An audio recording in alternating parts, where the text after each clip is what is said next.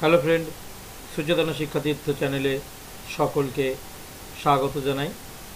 আজকে আমরা আলোচনা করব পানপুর শশীভূষণ উচ্চ বিদ্যালয়ের 2024 সালের ক্লাস 11-এর ফার্স্ট সেমিস্টারের বাংলা প্রশ্নপত্র নিয়ে। তো চলো এর সঠিক উত্তরগুলো আমরা দেখে নিই। প্রথম প্রশ্ন, আমাদের হাতে ছোঁয়া জল আর কেউ খাবে না কথাটি উঠেছে চৌধুরীদের চণ্ডীমণ্ডপে। পরের প্রশ্ন, খেন্তির বর্পণের বকেয়া টাকার পরিমাণ 250 টাকা। পরেরটা, ঘটনাক্রম অনুসারে সাজাও। এটা পড়ছি না আমি, ভিডিওটি ছোট করার জন্য খালি অপশানটা দাগ দিয়ে দিলাম। পরেরটা, শূন্যস্থানের জন্য সঠিক বিকল্প নির্বাচন করো। আমি কি যাব ড্যাশ ঠিক করতে, পাত্র ঠিক করতে। আচ্ছা, এরপরেরটা আমি আর মিলাচ্ছি না, আমি জাস্ট উত্তরটা দাগ দিয়ে দিচ্ছি যাতে সহজে তাড়াতাড়ি ভিডিওটা শেষ হয়। পরের অপশান বি, এটা সঠিক উত্তর হবে। পরেরটা, বিবৃতি রয়েছে। প্রথম বিবৃতি ক, খেন্তি আমার যার ঘরে যাবে তাদের অনেক সুখ দেবে। বিবৃতি 2, খেন্তি নারকেলের মালায় দুধ হাবা তুলিয়া লইয়া একটু দূরে খাইতে লাগিল। সঠিক বিকল্পটি হল ক সত্য, ক মিথ্যা। খেন্তি পিঠে খেয়েছিল 18-19টি। এ মার্জার সুবিচারক ও সুতার্কিক। আমি আপত্তি করিব না। বক্তা কোন বিষয়ে আপত্তি করিবেন না? চোরকে ফাঁসি দিলে। পরেরটা, ঘটনাক্রম অনুসারে সাজাও। এটা অপশান সি সঠিক হবে। তারপরেরটা,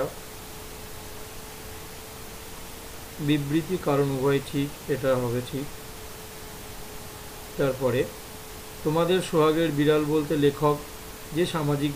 লেখকের যে সামাজিক ব্যঙ্গ রয়েছে তা হলো প্রিয়জন।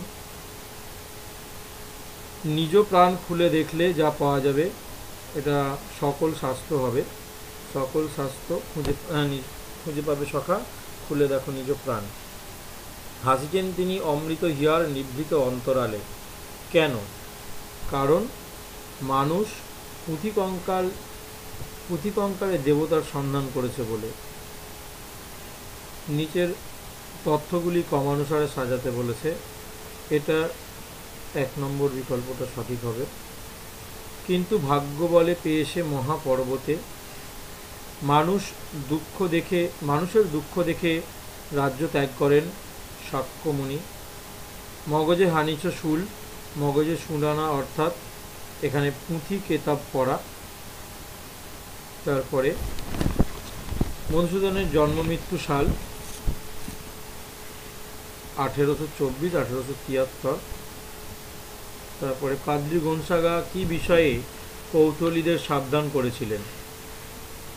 সাদাসিধে লোক হওয়ার ঝুঁকি কতটা। কবিকে তখন ভয় পায় ওরা, তার কারণ এটা যেটা রয়েছে 22-এরটা, আমি জাস্ট উত্তরটা দাগ দিয়ে দিচ্ছি, উত্তরটা বি হবে। বি এর উত্তরটা সঠিক। চুইয়ে পড়ছে না কোনো রক্ত। পরেরটা, ঘটনাক্রম অনুসারে সঠিক বিকল্প নির্ণয় করো। এটা অপশান এ সঠিক হবে।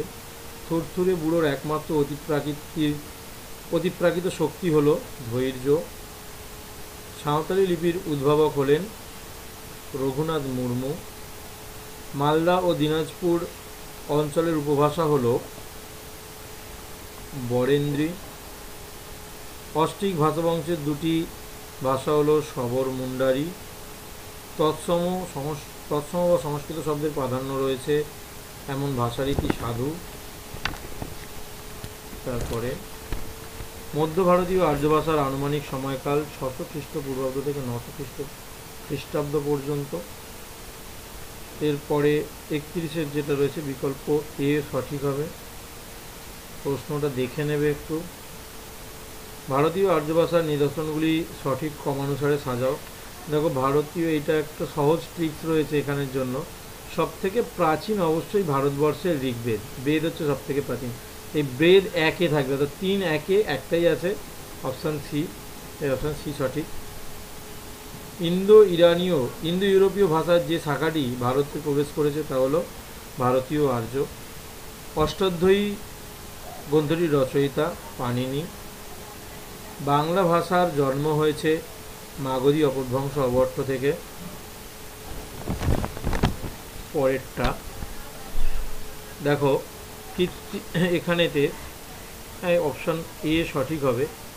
কৃত্তিবাস ওঝা, শ্রীরাম পাঁচালী, কাশিরাম দাস মহাভারত, মালাধর বসু শ্রীকৃষ্ণ বিজয়, নারায়ণ দেব পদ্মপুরাণ। শূন্যস্থান পূরণ করো। 13টি খণ্ডে বিভক্ত শ্রীকৃষ্ণ কীর্তন কাব্যের শেষ খণ্ড হল রাধা বিরহ। মৈথিলী কোকিল বলা হয় বিদ্যাপতিকে। শ্রী চৈতন্য চরিতামৃত গ্রন্থটির রচয়িতা কৃষ্ণদাস কবিরাজ। শেষ প্রশ্ন, চর্যাপদ পুঁথি আবিষ্কৃত হয় 1907 খ্রিস্টাব্দে। সকলকে ধন্যবাদ জানাই ভিডিওটি শেষ পর্যন্ত দেখার জন্য। সকলে ভালো থাকবে।